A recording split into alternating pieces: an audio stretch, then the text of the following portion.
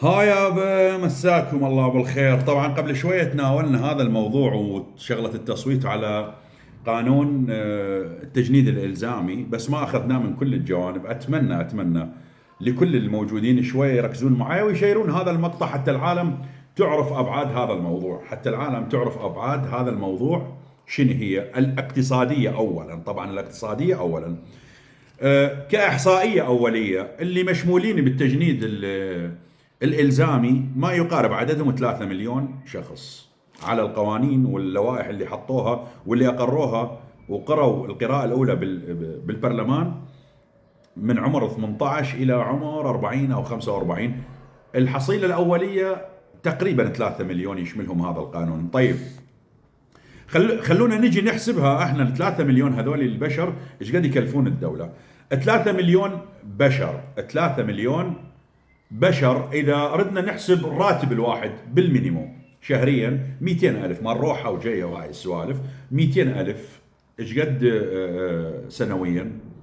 تدرون ايش قد سنويا؟ بالسنه الواحده 7 تريليون و200 مليار. 7 تريليون دينار عراقي و200 مليار. ال7 تريليون تصير 6 مليار دولار. 6 مليار دولار فقط رواتب. طيب، هذول الناس الصبح ما يريدون ريوق، هذول الجنود الظهر ما يريدون غداء، عشاء، وجبة ريوق وغداء وعشاء. ايش قد تكلف هذولي ال 3 مليون؟ هم نروح 8 مليار دولار. 8 مليار و6 مليار ايش قد هذه؟ هاي 14 مليار دولار. زين، تجهيزات ايش قد يراد لهم؟ 5 مليون.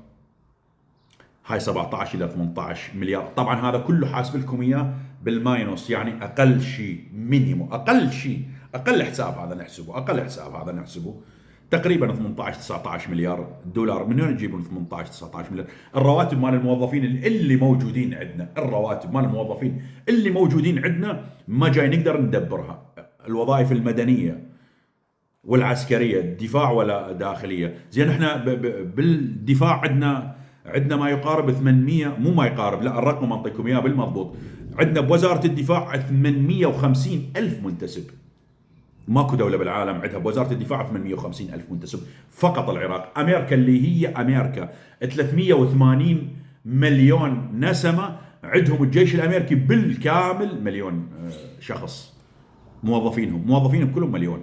زين، هاي بوزاره الدفاع عندنا 850 الف شخص. زين، بوزاره الداخليه ايش قد عندنا؟ وروح اتاكد من الارقام. عندنا 650 الف منتسب، يعني الاجمالي مال القوات الامنيه داخليه ودفاع عندنا 1.5 مليون.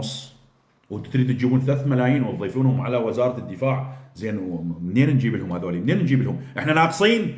احنا اصلا عندنا ترهل. نجيب هذول 3 مليون ريوق وغدا وعشاء وتجهيزات ورواتب شهريه. والله شنو اريد ادمجهم، واريد يندمج ابو الشمال ويا الجنوب اكلان الخرا هذا مالكم. ليش هذا ليش؟ اما كان ما تجيب لهم هيجي وتسويهم هيجي وتضمهم على وزاره الدفاع وتجنيد الزامي انشئ مصانع بالمحافظات. كل محافظه خلي بيها 4 مصانع وشغل هاي الناس. مصانع، معامل، اصنعوا. مكان ما اني اصرف عليهم استفاد من عندهم واعتبرها خدمه الزاميه. خدمه العالم، خدمه الدوله اعتبرها، وانطيهم راتب رمزي. هاي ناهيك انه احنا ما حسبنا اكو شغله ثانيه. يعني احنا ما حسبنا انه اليوم انت تجيب 3 مليون شخص. اكو اشخاص معين لعائله، يعني عائله كامله عايشه على شغل هذا الشخص. زين، هذول من يعيشهم من يجي يخدم؟ ال 200 الف هاي ما توديه وتجيبه، ما توديه وتجيبه على وحدته العسكريه. هي هذه اللي راح تعيش بها عائلته. ما حسبتوا الشخص اللي يشتغل عماله، الشخص اللي يشتغل خلفه مال جص، مال لبخ اسمنت، مال الخلفه مال البناء، النجار، الصباغ، الوايرمان، الفيتر، الميكانيكي، الكائنات، ال هذول هم. اكو بعض الاشخاص هم جاي يعينون عائله. زين، منو يعين العائله بعدهم؟ ما حسبتوا؟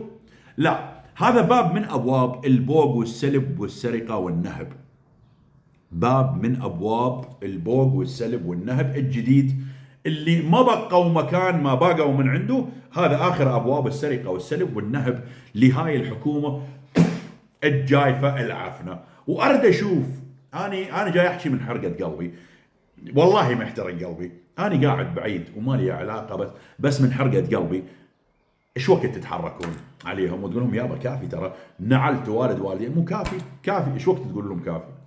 لا ما راح يجيني واحد يقول لي تعال انت قول لهم كافي. انا ما عايش الضيم، انتم اللي عايشين الضيم، انا فقط جاي انقل آلام وجراح الناس ومعاناة الناس، انا جاي انقلها، جاي انقلها، وجاي احاول قدر المستطاع، جاي اوعي الناس اللي مضحوك عليها قدر المستطاع. يجي شخص يقول لي تعال انت، انا ما مضيوم، انا قاعد بس في ملك زماني، ما مضيوم، اني من انظام، اذا ما شفتني طلعت تعال عاتبني، بس ما انضاميت، انا قاعد بغير دوله، بس جاي احكي معاناه الناس اللي ما تقدر تحكي.